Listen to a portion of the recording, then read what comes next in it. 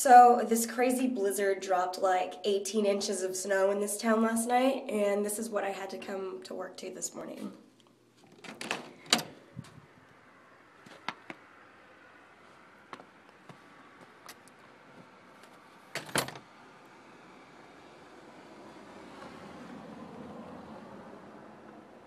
Everything's pretty much closed, except for that Verizon store.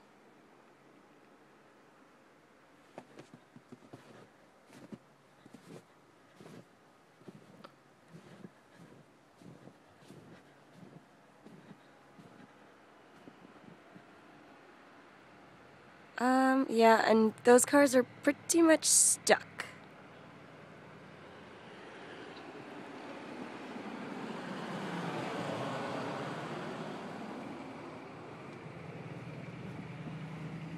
Alright, I'm going back inside. Bye.